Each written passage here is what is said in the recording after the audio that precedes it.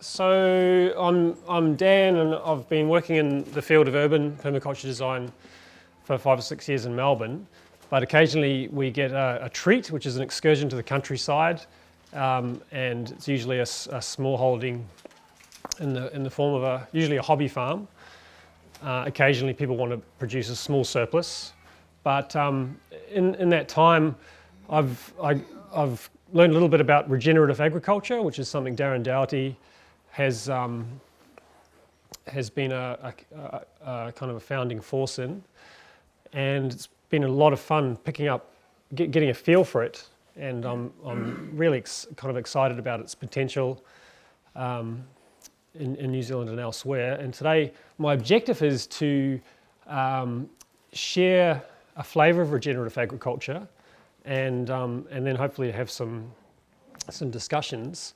And what I thought would work best is if I kind of move through the material I've got, and it's sort of logically ordered, and you'll get a feel for how the thing hangs together, and possibly questions you'd otherwise ask will be covered as we go along.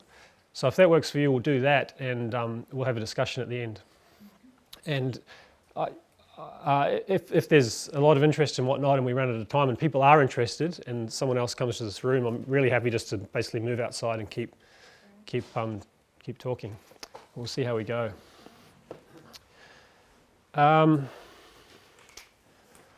So, as I understand it, regenerative agriculture grows out of 3 understandings. First, as Darren said yesterday, conventional agriculture is the most destructive land use on the planet. Second, it's nowhere near enough to halt that destruction and sustain existing levels of soil depth, soil carbon, soil fertility, etc. We need to regenerate our agricultural landscapes big time. We're in a lot of trouble globally on that front. And thirdly, farmers are much more likely to transition from degenerative to regenerative agricultural practices if they are given options which protect their bottom line, and that not only basically give them strategies and techniques and approaches that help them regenerate their landscapes and increase their bottom line at the same time, and ideally increase social outcomes for the local community. And regenerative agriculture is a suite of methodologies, or an assembly of techniques and strategies that are aimed at supplying that to farmers. Here I've listed some of the main arrows in the regenerative agriculture quiver. I'm not going to go into each of these in a whole lot of detail. We'll touch on holistic management a bit more shortly, but just wanted to get across that it kind of pulls the best out of a lot of cutting-edge approaches within the broader field of, I guess, what is getting called things like biological agriculture or ecological agriculture. And all of these have a lot to offer in themselves, and I think in the regenerative agriculture framework, when they're pulled together, we've got something extremely worthwhile. And I'll just make one quick note that regenerative agriculture goes way, way, way beyond organic, which is often carried out in a slightly less degenerative way than conventional agriculture. So I'm not. What I'll do is I'll just give you a quick feel for holistic management, because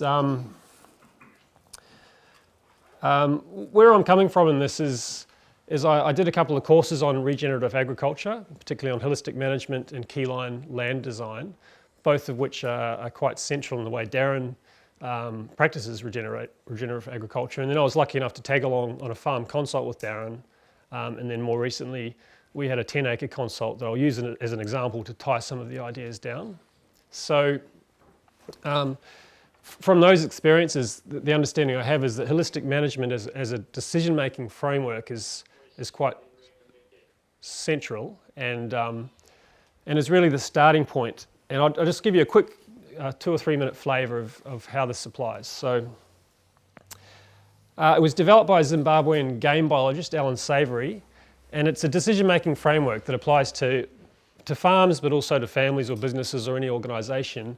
And it's ultimately a way of clarifying what you want, like what your goals are, and then enabling you to make week by week, month by month, year by year decisions that help you approach your goals. So I'll give you an example. This is a made-up example just so you get a flavour of what's involved in the holistic management planning process. So let's say a farming family sits down and clarifies what it is they actually want out of life. What quality of life do they want?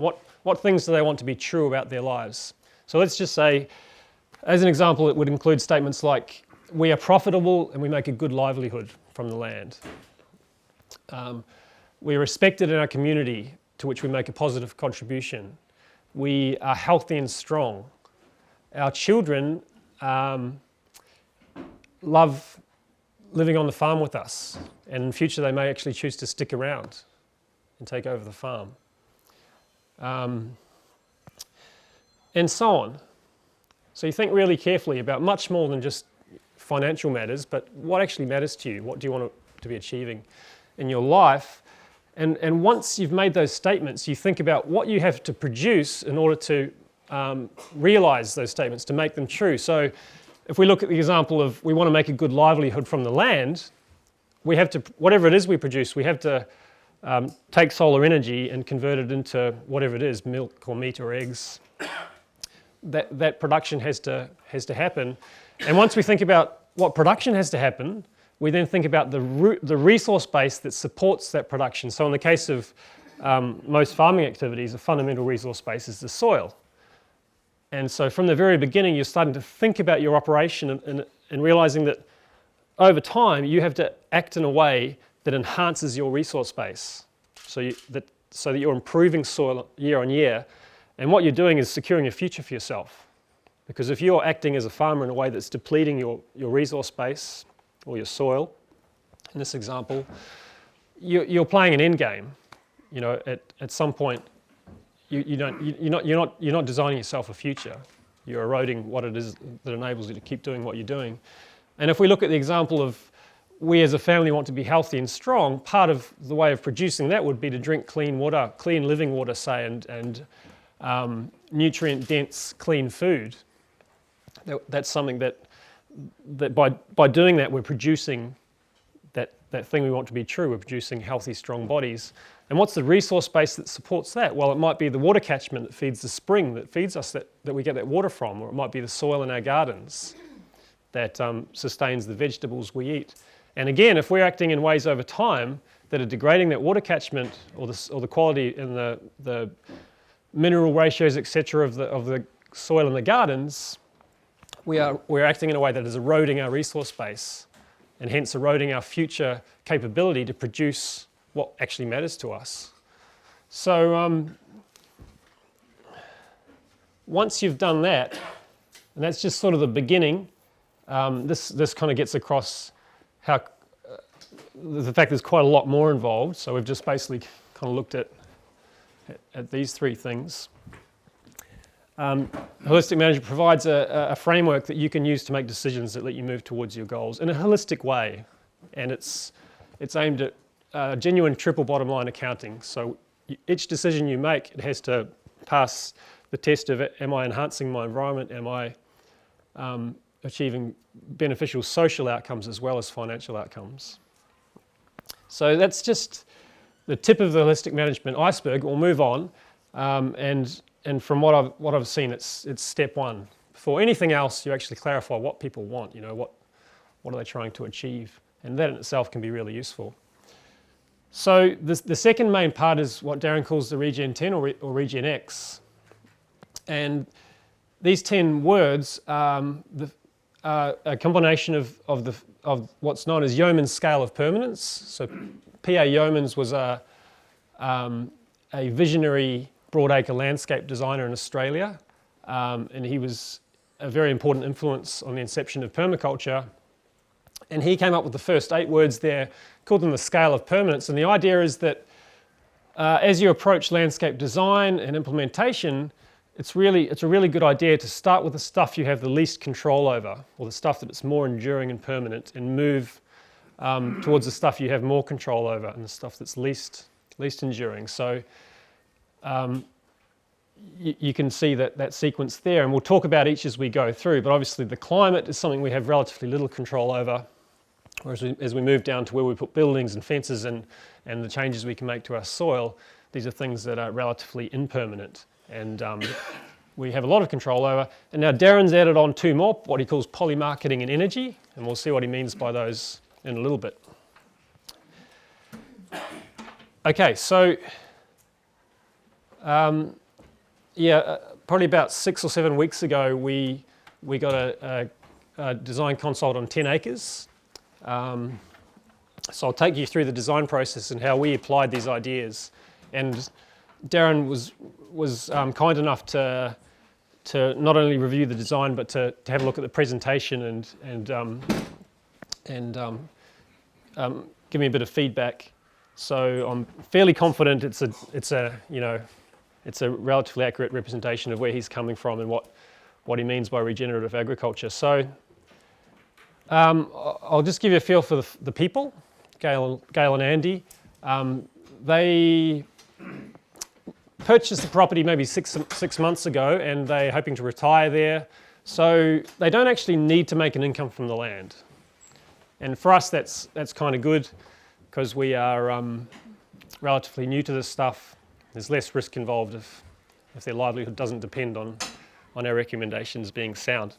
Some of their objectives were they wanted to improve the soil, they wanted to revegetate the waterways, they wanted to grow some firewood and some longer term timber. They were really keen to put in another dam on the property, and they were open to the idea of having some livestock, and they had a few vague ideas about what they might like. As for the site, it's a 10-acre property in Acheron, which is about 2.5 hours northeast of Melbourne. And you can see the boundary of the property here, and you can also see the contour lines showing us what the slope's doing. So it's 10 acres, it's a bit of a funny shape, and the top half of the property has a slope to the northeast, and then running through the lower part of the property are two valleys that run towards the northwest. One slightly steeper valley and then a shallower valley that actually comes around this way. So keep that in mind, and this is an aerial photo of the same spot, so maybe I'll just flip back and forward a little bit. So that valley there, you can see it already has an existing dam in it.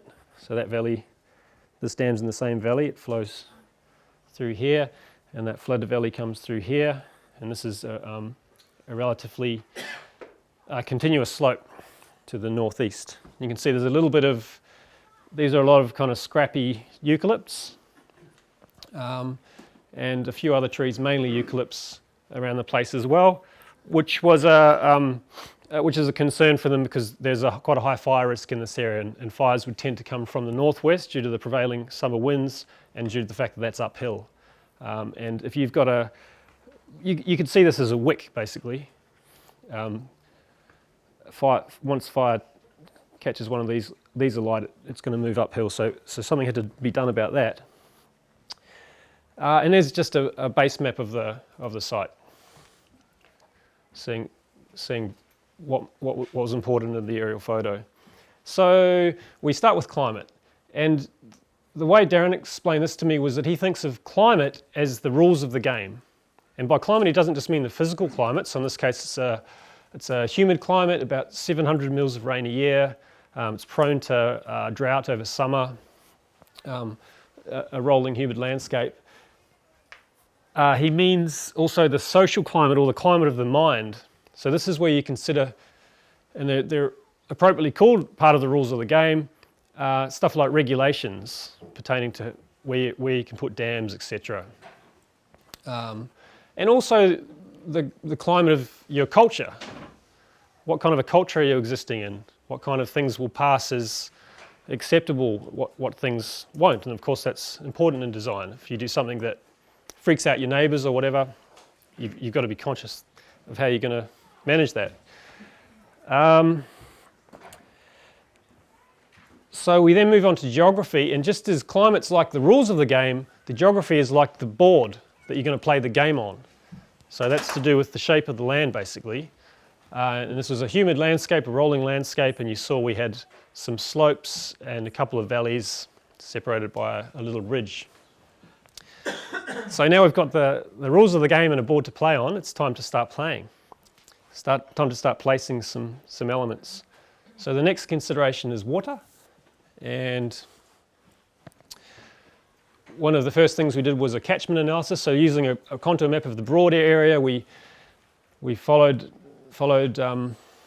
the kind of ridge lines up on either side of the main valley, and we figured out the area, which was about 15 hectares, and then we used quite a conservative runoff coefficient, which is the percentage of rain hitting the ground we could expect to run off over the course of a year, of 10%, which was actually quite conservative because it was generally country that had been used for livestock, and the soil wasn't doing too well. It was fairly compacted, so probably more than that would run off. But assuming that was all that ran off, they'd have about 10.5 million litres running off. And looking at aerial photos, we also noticed 5 dams uphill in the same valley, and we could see that aerial photos in times of drought showed them they were all overflowing. So there wasn't an issue with enough water for another dam, which is something they were keen on. So if that's the base map, this was the first step, adding in the water components of the design. So we located a slightly larger dam uphill of this. That part of the valley was really suited to it. You could move, you could create quite a large store quite a large volume of water for a relatively small amount of soil moved. And a few other things that happened in conjunction with that were a divergent drain. So this is a drain falling at about 1 metre for every 400 across the landscape, and that picks up all the water moving down the slope and gently moves it sideways, drops it into the dam. We've got a spillway coming around the side of the dam wall. Then that excess water will continue to move down the original valley. And what happened when we arrived and what we saw was we were lucky to get there after several days of intense rain, so everything was overflowing. And this dam overflowed to one side, and then it actually continued along a kind of a berm, along a contour, and dropped down into the next valley. So the overflow was heading down, filling this dam, and then sort of skipping to the next valley and continuing out. And both that shallow valley and this slightly deeper valley were extremely flat bottomed. So they didn't realise it, but they actually had a pretty amazing setup to do what yeomans called flood irrigation, which is when you can send a sheet of water across the landscape and basically emulate rainfall. So we recommended a simple diversion system such that they could choose which valley they sent that excess water to. If one had a elegant sufficiency, they could send it the other way and vice versa. And I think there's a photo of, that's just pointing out the top dam. Closer look at the top dam. See the water coming in and out. Let's closer look at the diversion drain. And that's that switching system, which can be as simple as just a metal gate that you pull up and drop down. I was thinking a gate valve or something, but Darren showed me this picture of it was something that yeomans used to use, much cheaper and simpler and relatively fail-safe. So that was pretty much the plan of attack in terms of catching and holding water to serve the needs of the farm, and in terms of distributing it, right up at the top there, we put a header tank, and we worked out the capacity of that based on how much water the trees down below that were to be planted would need, and also how much a cow drinks on a hot day, times how many cows they may have. And they had an existing 50 mil pipe attached to a petrol operated fire pump on the lower dam, which they could easily retrofit and extend a bit, so they could use that pump to throw water up to the high tank. And that's where that diameter is much more important. When you're heading downhill, you don't have the frictional losses, and you can get away with a much smaller pipe. So we actually recommended a 19 or 25 mil poly pipe that could be run downhill. And we did some calculations, and the flow you could get through them was more than adequate to fill the troughs, even when quite a few cows are drinking at once and you're irrigating trees. So the expensive pipe's the stuff that carries water uphill. You can use cheaper, lower diameter stuff to head downhill. So then we moved into access, and as was already sort of being utilised, farm tracks often go over dam walls, which are good all-weather crossing points, and we combined an access track with that diversion drain, which actually increases its catchment slightly. The track is going to camber back into the hillside, so any water falling on the road will go into the drain and end up in that dam. And then we can, so that was a nice thing to have. And then we continue that road over the new dam wall to create a loop around the property, meaning you can get a vehicle to most parts of the property. And while we're actually on the site, talking about some of the upcoming ideas to do with livestock, a neighbouring farmer came and said, "Oh, hi, how are you? I'm the neighbouring farmer. I see you've got all this grass here. Well, it turns out I've got some cows. How about we put a fence in on this ridge line for free, and we bring our cows in from time to time to eat your grass down." So that was a good point for a gate, and obviously you needed an access. And these were two valleys, so that access way is on a ridge, which is a really good place for an access way because you've naturally got the camber we'd put on a road anyway, and a ridge is a good place to look around. So you're up higher in the landscape and you can see what's going on. So that was access. Moving on to trees, and it's interesting, so for yeomans, trees were more permanent features in the landscape, or potentially more permanent than buildings, fences or soil. So next came the trees, and this involved kind of getting a feel for the different, what you might call microclimate analysis, I guess, in permaculture design, but kind of honouring the differences in the landscape. When we arrived, there was sort of random fences just chopping it up, and the fences weren't honouring the distinctions between ridge and valley or dry and wet or anything like that. And sometimes you can salvage fences, internal fences, but in this case, they were unworkable. So in this climate, a really great place to plant your trees is in those valleys.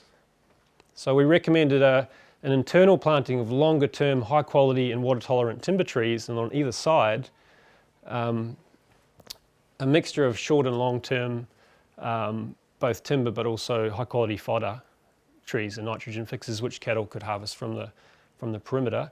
And we also extended that around this side. So this is the fire sector. We kind of created a bit of an arrow pointing back at the fire, and because these trees were in the moistest spot and potentially the most productive spot of the landscape, they were in a really great spot to receive plenty of water and to be as fire retardant as possible. They're also chosen for that fire retardant property.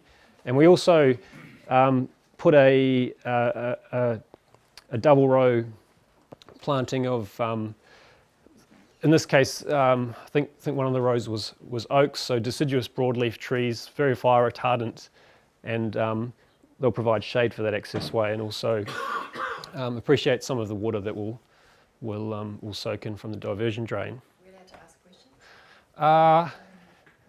Depends on the question. Yeah.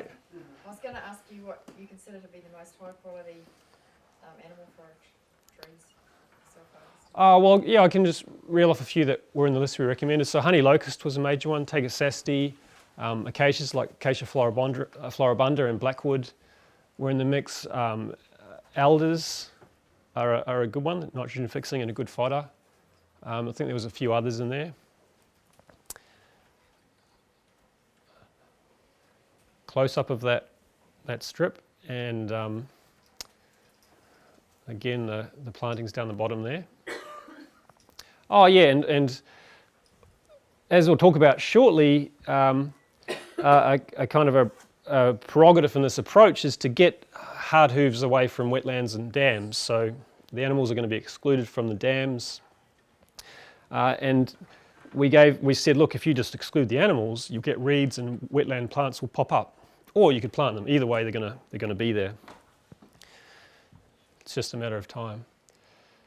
So we moved on to fences, or what yeomans would call subdivisions more generally, and this is something I'm finding really interesting, and that's what's come from the advent of electric fencing, and the idea that the age of big posts and multi-strands and barbed wire is over. That's not appropriate anymore, not only because of electric fencing technology in terms of its ability to act as a very effective psychological barrier once an animal has had a single memorable experience touching it, but because in the style of animal management I'll focus on shortly, the animals are never next to a given section of fence for more than a day at a time. So initially we recommended 2 categories of fencing, and yeomans would say the 2 fences that people usually get right are the boundary fence and the fence defining the house envelope. They usually bugger up all the rest, all the internal divisions, and they've certainly done that in this case. You know, they often just sort of think, oh yeah, this is the property, we'll just carve it up into roughly equal portions. So we've got the boundary fence there. There's actually 2 that would have been planted to support these seedlings when they went in. And I don't know if you can see, but this is actually, I think we might, does it zoom in more? There's the perimeter fences, which are permanent. You always want your boundary and your house envelope fence to be there. Then there's what I'm calling semi-permanent fences that define the valleys, because most of the time you don't want animals in the valleys, but later we'll talk about how there are times when you will want to bring them in. So that was semi-permanent, and this is temporary, the thin stuff. So there was some that was moved daily and was only there for parts of the year. There was some that was there all the time, and then there was some that was there a lot of the time, but that you could also take away. And what's interesting about this is that in this approach to livestock management, especially on a small block like this, for a lot of the year you can actually take this fence down and this fence down. It's a 30-minute operation and they're just gone. They're out of your way. You can move around the property freely.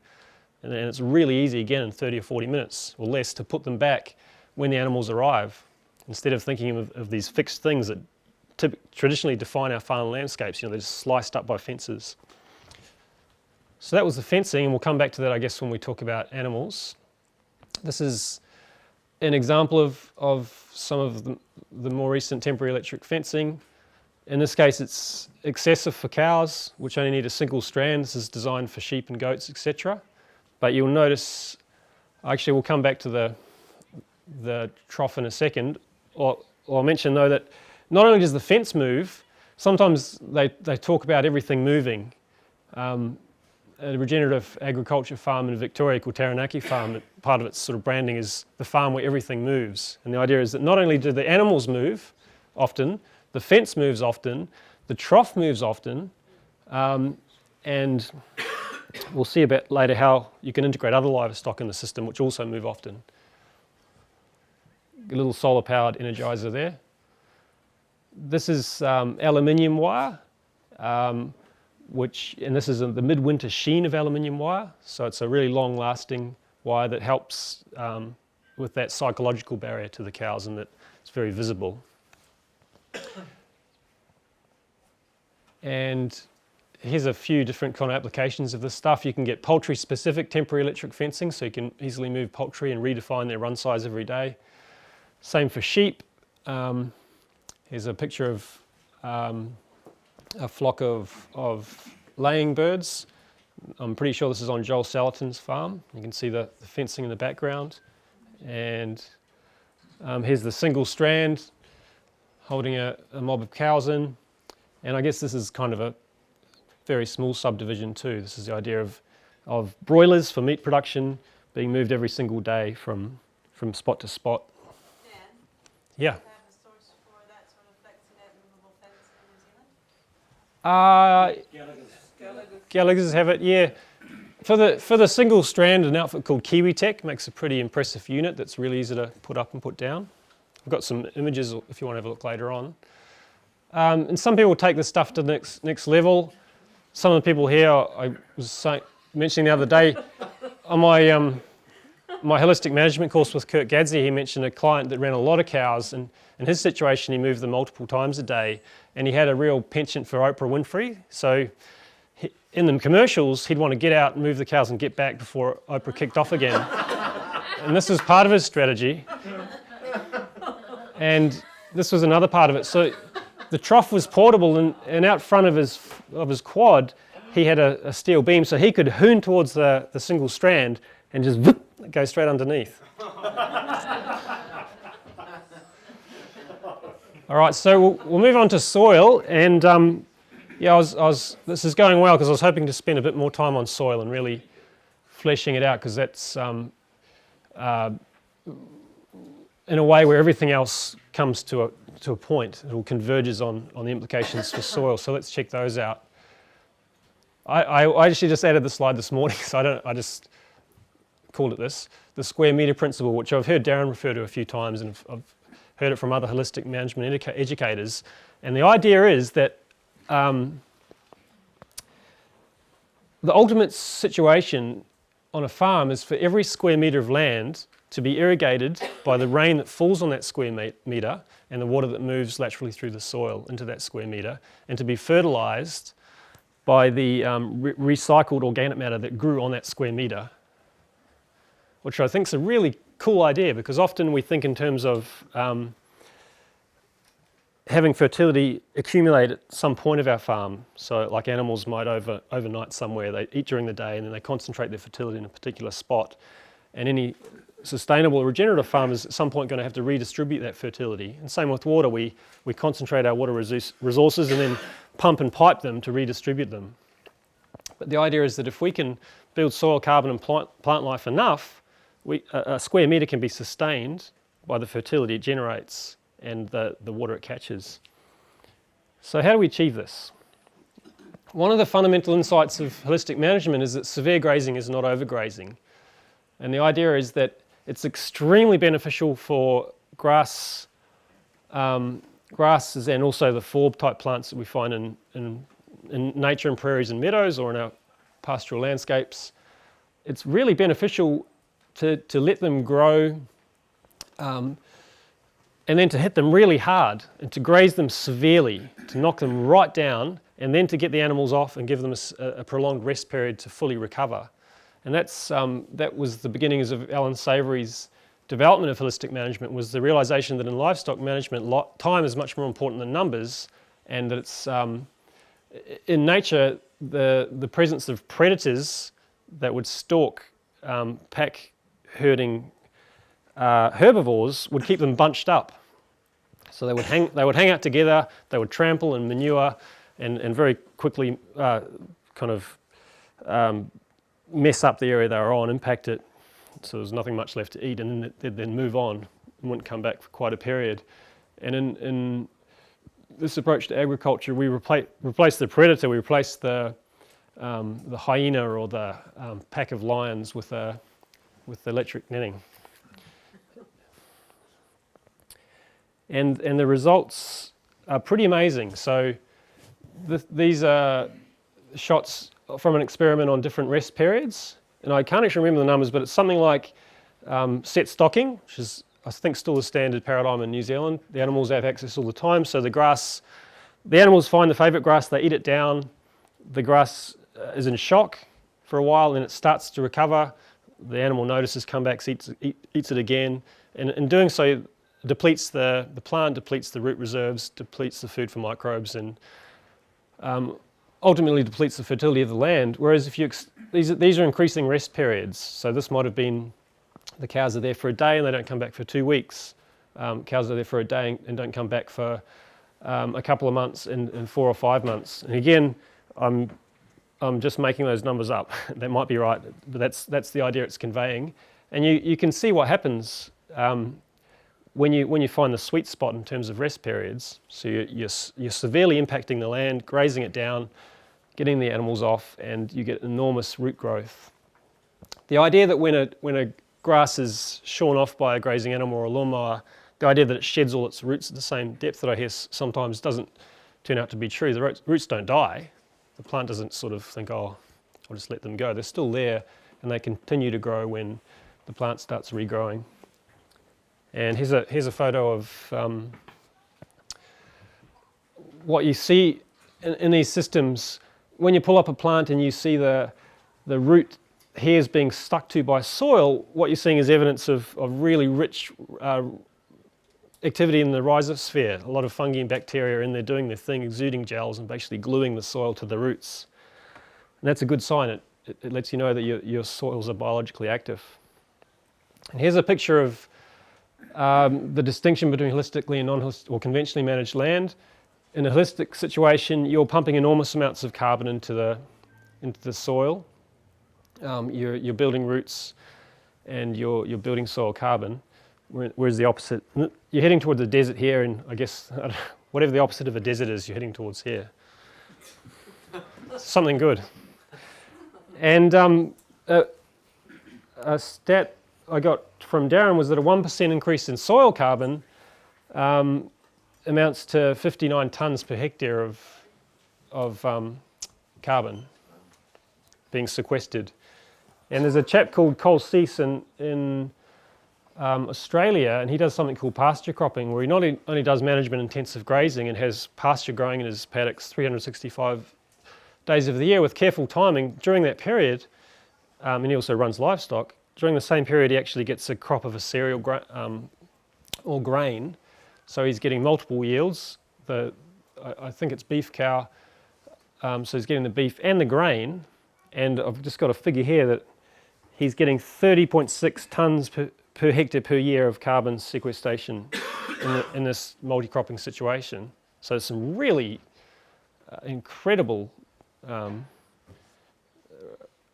runs on the board or outcomes. I did this one this morning too. What good is a cow? It's karma. This was actually for karma. I'll show it. Oh, don't worry, I'll track it down and show you later. Because there's been an interesting discussion during the convergence between Karma, who's interested in an approach called terraquaculture, which is based on the idea that Chinese aqueous agricultural systems produce more tonnes per hectare than the standard pastoral systems in New Zealand. And part of that approach is to take all hard-hoofed animals off the land, put them in pens permanently, and manually transport feed from the land to the cows, which I think is problematic. I think Karma would say she'd get rid of hard-hoofed animals as a source of food altogether, actually. Oh no, she definitely said, yeah, put them in permanent pens. And when I asked, she said, You had to transition, perhaps. oh no, she was saying that was quite common, yeah, to have hard-hoofed animals that were. That is a common practice, but I'm not sure it's one she advocates. But anyway. Okay, yeah, well, she pretty much said she was, and yeah, she's not here, but when I asked about the fertility, she said you would manually take the manure back to the farm to close that nutrient cycle, which isn't going to convince many farmers to say, look, lock all your cows up, carry them the grass, and then take their poo back to the fields. But anyway, I was thinking about, well, why does that feel wrong to me? What good is a cow? What good is it to have a cow on the land, on the grass, etc., on the pasture? So I made a list. And I guess I'll just read it out, but if you've got, you might have something to add. So number one, locally, so square metre by square metre, cows cycle nutrients. So they harvest, decompose, and redeposit organic materials in their manures. It's a useful thing. At the same time, they inoculate soils with appropriate microbes. So it's not just dead manure; it's full of microbes that have co-evolved with pasture. And a really important part of the mix. They also distribute urine evenly over the grazed area. And I was thinking that when they take a drink of water from the trough, let's say they drink 20 litres, then they move around the paddock. So what they're actually doing is they're taking that water and spreading it out and nutrifying it along the way. So they're not just fertilising, they're irrigating at the same time, which I hadn't thought about before. What they don't eat, they tend to trample down when managed in this way. So what doesn't actually get chewed on and cycled through gets pushed down on the ground. And what that means is that when a plant actively grows like a grass, and when it starts to set seed, it puts all its energy into the seed, and then the stalk dies. And if you're seeing a green stalk turn brown, you're seeing nutrients being volatilized, and you're also seeing something that's shading the ground and preventing fresh growth from coming up. So the impact of a cow's hoof pushing that grass plant over gets it in contact with the soil where there's any number of fungi and bacteria ready to recycle it. So it's actually a really important function.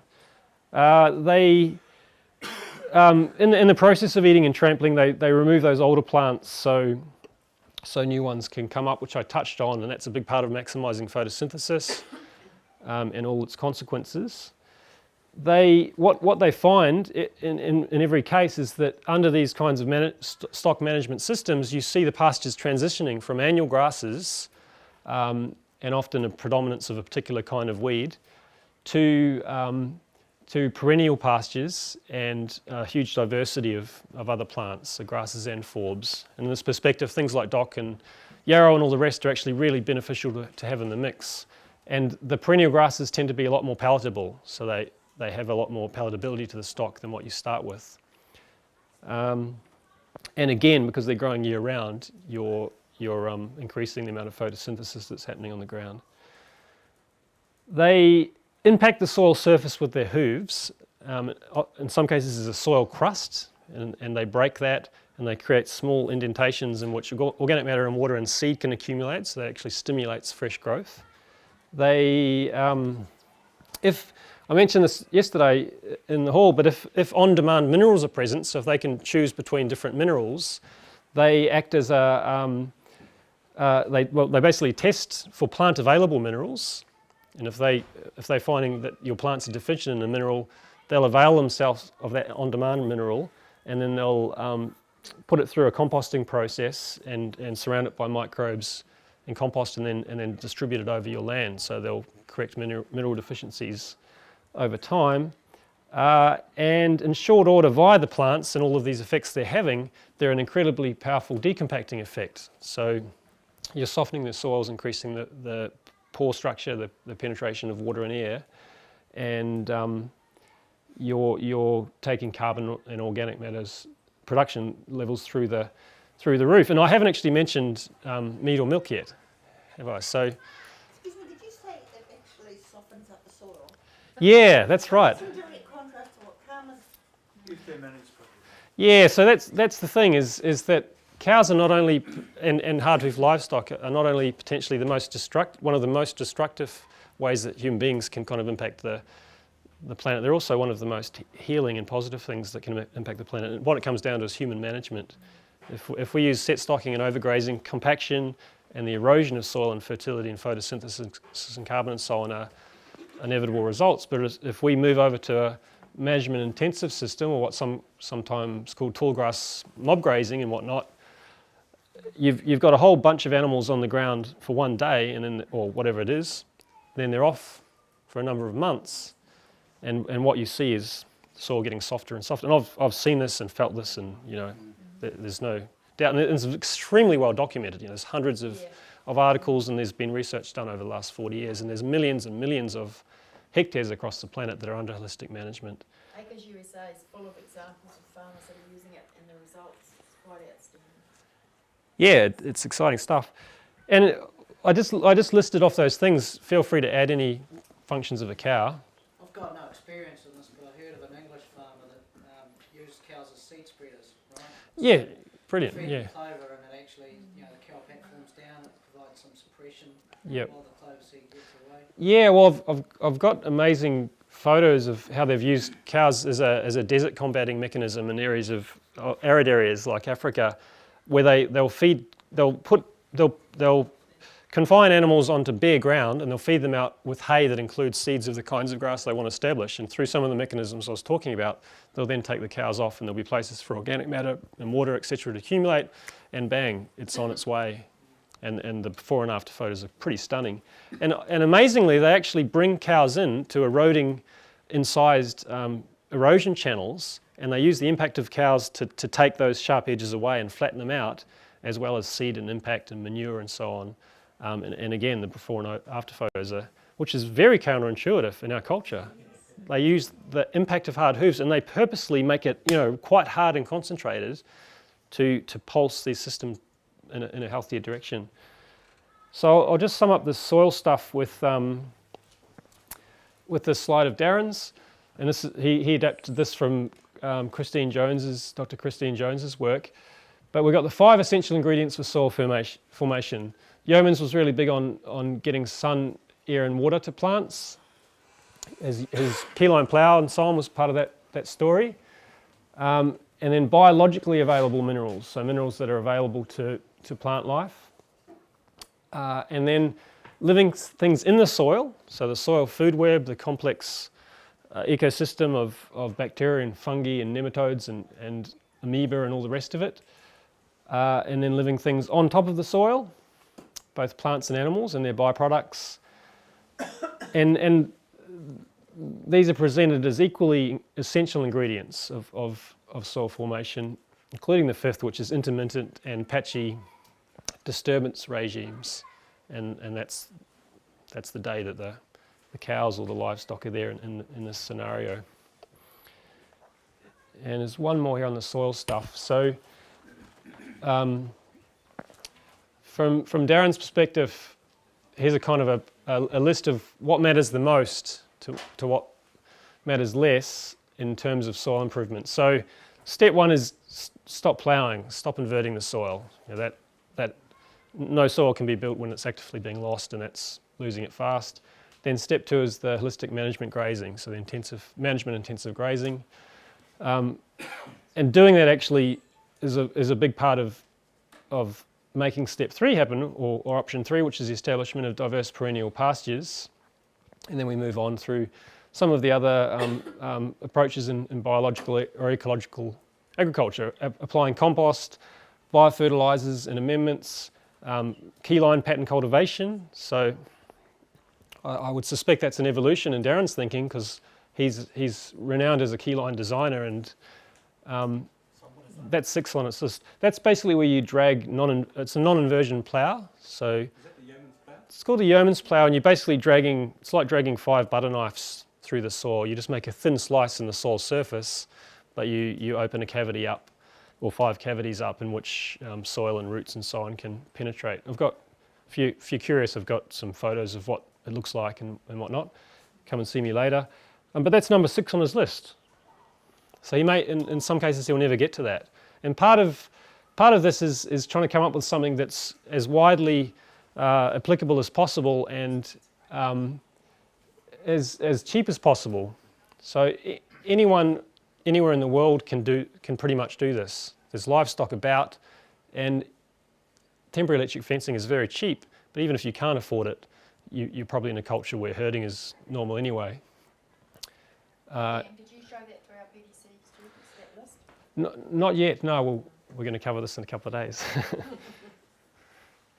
Some of them are getting a sneak preview.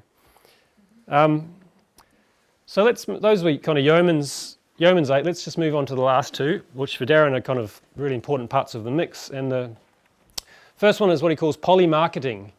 And if you were present yesterday, I was talking about the idea of the farmer organising themselves so they gain a larger slice of the retail dollar. And part of this is thinking about what you're producing. And Joel Salatin's a famous example, and Cole Cease as well, with the pasture cropping. So there's options for actually adding additional yields into your system that enhance what you're already doing. So in dry areas of northern Victoria, Cole Cease is managing his cattle operation as he always has, but he's sneaking a cereal crop in there as well. So, someone might have a livestock area and a cereal area. He's wrapping them on top of each other in a way where each benefits the other, which is pretty amazing. And there's no inversion ploughing is happening at all.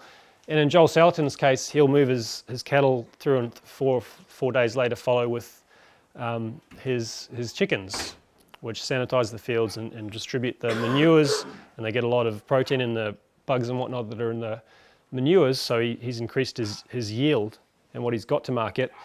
And then I guess the other side of it is considering different options for selling your product that basically get you closer to the end user. So things like farmers markets or CSAs or buyers clubs, on-farm sales, value adding, where you take your product and turn it into something else, whatever it is.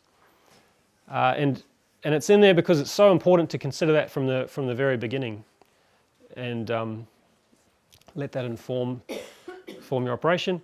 And then finally, energy. So the photons hitting the land are about as impermanent as it gets, and gosh, there's serious action happening over there. Anyway, we've got to get through this. So energy flows, and in permaculture we talk about how important it is to catch and store and utilise the energy flows through your landscape, the primary one being sunlight. And those energy flows, along with your water cycles and your mineral cycles, will improve under these kinds of practices. So your farm will get it better at harvesting natural energies, and you'll get better at fulfilling in a way your primary role as a farmer, which is to convert solar energy into something you can sell, which is about maximising photosynthesis and biomass production, which correlates with root production, soil production, carbon, and all the rest, which all kind of feed into each other. So there's a few resources on this stuff. If you're interested.